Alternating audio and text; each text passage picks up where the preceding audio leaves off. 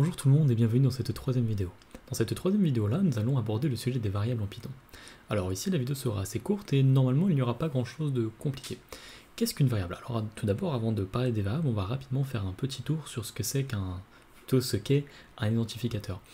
En gros, l'identificateur ce sera le nom de la variable que vous allez utiliser. Il faut juste comprendre que même si beaucoup de choses sont autorisées, il y a quelques petites subtilités auxquelles il faudra tout simplement faire attention. L'identificateur, pour faire simple, c'est entre guillemets, ce sera la suite de vos lettres et de vos chiffres qui vont composer en fait votre variable, qui vont former un mot. Cependant en Python, il y a des mots qui sont réservés que vous ne pourrez pas utiliser comme nom de variable, donc comme identificateur.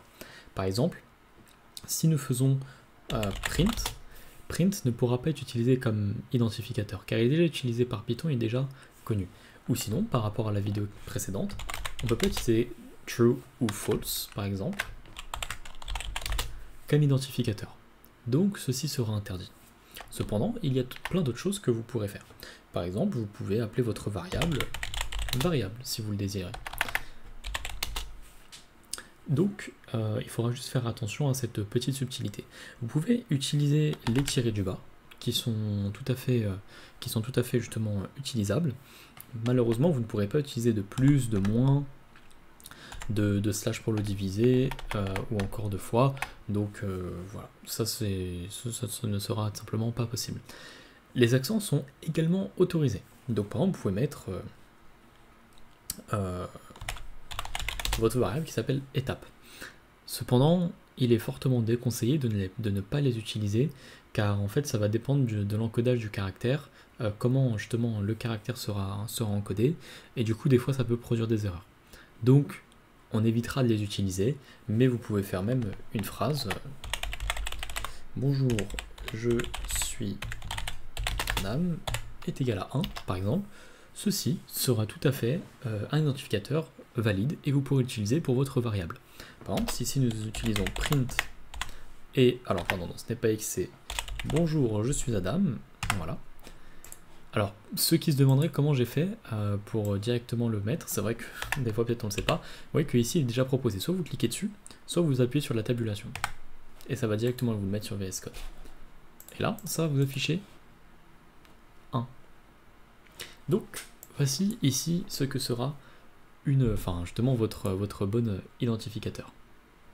Maintenant que vous avez bien compris ce qu'est un identificateur, il faut comprendre ce qu'est une variable. En fait, une variable, c'est tout simplement une valeur qui sera associée à votre identificateur. Par exemple, ici nous avons un identificateur qui est variable. L'identificateur est totalement valide, et nous avons associé la valeur donc vraie parmi les booléens à cette valeur-là. Donc, en réalité, la variable, donc notre variable qui s'appelle ici variable, sera de type booléen, par exemple. Et ici, donc nous avons affecté une valeur.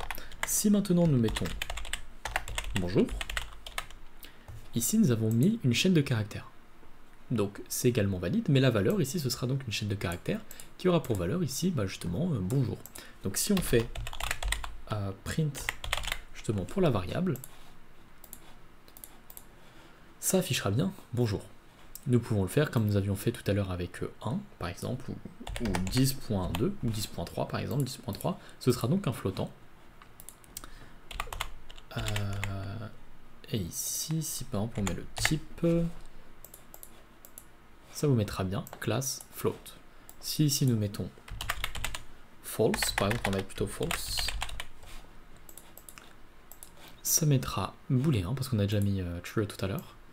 Ici on peut mettre par exemple 10, ça mettra un entier. Donc voici ce qu'est une variable, c'est tout simplement une valeur associée à un identificateur. Pour faire l'affectation, nous utilisons le signe égal, qui est donc ici le signe de l'affectation. Si vous avez bien regardé la vidéo précédente, vous avez vu qu'il y a un double égal. Alors attention, ce n'est pas du tout la même chose. Vous ne pouvez pas mettre variable égale 10. Ça ne fonctionne pas. Pourquoi ? Parce que ici, ce n'est pas une affectation, c'est un test d'égalité. Mais pour que le test soit vérifié, il faut déjà que cette variable-là soit déclarée. Donc, si par exemple, on mettrait ici variable est égal à 1, et qu'on fait variable égale 10, et bien ici, tout simplement, ça va renvoyer la valeur fausse. Mais ici, ça ne va rien afficher. Par exemple, si on fait print variable, ça ne va pas afficher faux. Ça ne va pas afficher faux, ça va simplement afficher 1, parce que ici, ce n'est pas une affectation, c'est un test d'égalité. Donc on ferait le test d'égalité, mais un petit peu dans le vent, parce qu'on ne va pas l'utiliser. Cependant, si on met que maintenant, y, c'est le test, a pour valeur le test d'égalité variable est égal à 10. Qu'est-ce que ça donnera? Normalement, ça va afficher ici false. Ça marque bien false. Maintenant, c'est vrai que ça va être important de comprendre comment vont fonctionner un petit peu nos variables. Alors, prenons un exemple. Disons que x est égal à 2. Si je mets que x est égal à x, et que ensuite je mets que x est égal à 3. Si je fais y, ça va donner quoi? Alors tout d'abord, nous avons dit que x vaut 2. Ensuite, nous avons dit que y vaut x, puis que x vaut 3.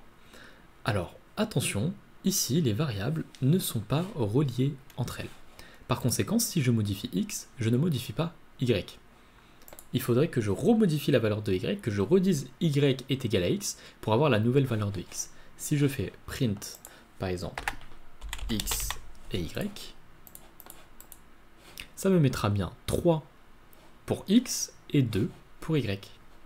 Pourtant, on a bien changé la valeur de x. Donc attention à ceci, ce sera important de bien le comprendre. Enfin, il est important de bien comprendre que l'affectation de la variable, d'accord, dans l'affectation plutôt de la variable, l'identificateur est toujours à gauche. Par exemple, ici, tout à l'heure, nous avions un exemple avec y est égal à x, mais imaginons que je veux dire que maintenant, y c'est x plus 1, ou x plus 2, ou x plus 3, peu importe. Si je fais x plus 3, par exemple, est égal à y, ici, ça ne sera pas bien défini, malheureusement. Le y ne sera pas défini, ce ne sera tout simplement pas correct, et vous aurez une erreur. Donc, si par exemple, nous faisons print pour y, déjà on voit bien que ici, bon, il n'a pas la couleur, donc déjà sur le VS Code, ça va vous donner la puce à l'oreille qu'il y a sûrement une erreur, mais voilà, ça ne fonctionne pas. Voilà, donc ici, ça va nous renvoyer une erreur. Si vous voulez dire pardon, que y c'est x plus 3, et ben vous mettez tout simplement y est égal à x plus 3. C'est important de bien comprendre que dans la partie gauche, d'accord, dans la partie gauche, c'est un identificateur. Et donc, puisque c'est un identificateur, il faut qu'il soit bien défini, il faut plutôt qu'il soit correct, entre guillemets. Donc, vous ne pouvez pas mettre de x plus 3, de x plus que vous voulez, vous ne mettez pas de plus, pas d'opération. Dans la partie gauche, ce sera forcément un nom. Ça peut être le nom que vous voulez, mais il faut qu'il respecte les règles que nous avons vues en début de vidéo. Maintenant, si nous faisons exécuter, ça va bien fonctionner, ça met bien, pardon, y est égal à 5. Pourquoi? Parce que y c'est x plus 2, x sa valeur vaut 2, et donc ici ça va donner maintenant 2 plus 3 est égal à 5. Et enfin, pour conclure dessus, il est important de bien comprendre que le égal est vraiment différent de ce qu'il y a dans les mathématiques. Par exemple, si je mets x est égal à x plus 3, ici on ne va pas résoudre une équation. Il faut bien comprendre que c'est vraiment différent. Si je mets x est égal à x plus 3, quand nous allons faire print x, en réalité ça va faire de base x vaut 2, et maintenant la nouvelle valeur de x, ça vaut quoi? Ça vaut donc l'ancienne valeur ici, qui était déjà définie préalablement, c'est donc 2 plus 3, donc ça va afficher 5. Mais ici, on ne va pas résoudre une équation pour trouver quelle est la valeur de x. Donc, c'est important de comprendre que c'est bien différent des mathématiques. Et pour conclure sur cette vidéo, nous allons rapidement voir les incrémentations. Par exemple, pour augmenter de 1 la valeur de x, et d'ailleurs ceci va être très pratique, notamment dans les boucles que nous ferons, vous verrez très probablement dans la suite du tutoriel, mais par exemple, si on veut augmenter de 1, on peut mettre x plus égale 1. Si je fais ça, x maintenant va valoir quoi? Va valoir tout simplement 3. Ça fonctionne exactement pareil avec un moins. On peut mettre x moins égale 1, donc ce qui va faire en fait 2 moins 1, ça va afficher 1, et on peut également le faire avec la multiplication. Donc on peut dire que x, c'est, on va multiplier par exemple par 3, donc ça va faire x, donc on met l'astérix pour la multiplication, ensuite le égal, c'est-à-dire qu'on va multiplier par 3 la valeur actuelle de x, ce qui va donner par la suite 6.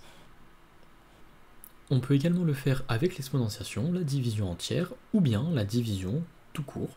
Par exemple, si nous mettons x avec le symbole de l'exponentiation, donc l'opérateur de l'exponentiation, donc ça fait x, donc 2 puissance 3, ce qui va donner 8. On peut également faire avec la division, donc ici on divise par 3, donc ce sera x, donc 2 divisé par 3, ce qui va donner cette fois-ci du coup 0,666. et on peut faire la division entière, et donc la division entière ici ça donnera tout simplement 0. Donc c'était un petit peu important de le voir. Le plus important, ce ne sera pas l'exponentiation, ce sera plutôt quand on va mettre le plus, le moins, et quelquefois on pourra utiliser le fois. Mais le reste, c'est vrai qu'on ne l'utilisera pas souvent. Du coup, nous avons maintenant fait le tour de tout ce que nous devions savoir sur les variables. J'espère que ce cours-là aura été clair, qu'il aura été compris par toutes et tous, et je vous souhaite à toutes et à tous de passer une agréable fin de journée ou bien une bonne soirée en fonction de quand est-ce que vous regarderez cette vidéo. Je vous remercie d'avoir été jusqu'au bout, prenez soin de vous et que la paix soit sur vous.